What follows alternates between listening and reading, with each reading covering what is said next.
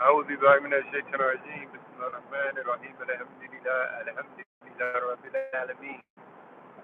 We were talking about the benefits or the virtues of going to seek knowledge.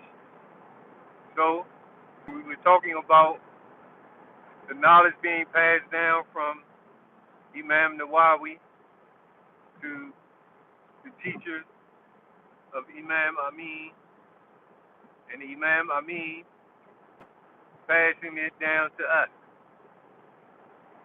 those people who want to go sit with him to learn the Riyadh Salihin, to go through the hadith, the reading of every hadith in that collection.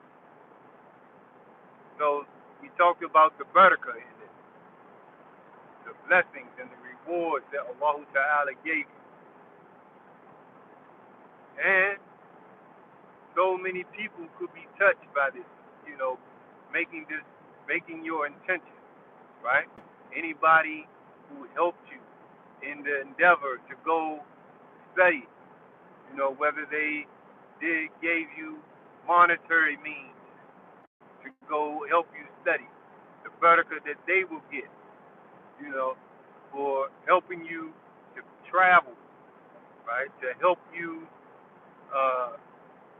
to get to where you can study. They get a reward as well. And then everybody that you teach, that person also gets a reward. So the barakah of the traveler and those who help the traveler travel to seek the knowledge, right? Knowledge is something, right? When you think about it, knowledge, has to come with a practical aspect as well. We don't just learn knowledge just to be learning it, right? Knowledge without amal, knowledge without practice is nothing. So we think about getting this knowledge, this ilm, and what are we going to do with it, right? That is always the dilemma that's on my mind, right? What do we do, and how do we use the knowledge attained in today's atmosphere, in today's life, in today's world? How do you have that amal, that practice of this knowledge, right? So say for instance you learn a hadith, right? You learn the narrators of the hadith, you learn uh, everything that what the Prophet sallallahu alaihi wasallam said in the hadith. You learn why the companions asked about the question that they asked, which was a response in the hadith of the Prophet sallallahu alaihi wasallam, and you ask yourself, Amu, how do I practice this, right? And the hadith I stated about knowledge, right? That's in the Jamia of Imam Tirmidhi, right? Abu Hurairah radiallahu anhu narrated that those who go out and seek knowledge or go out on the path of knowledge or travel to learn knowledge, right? Allah makes the path to Jannah easy. So how do we use that hadith?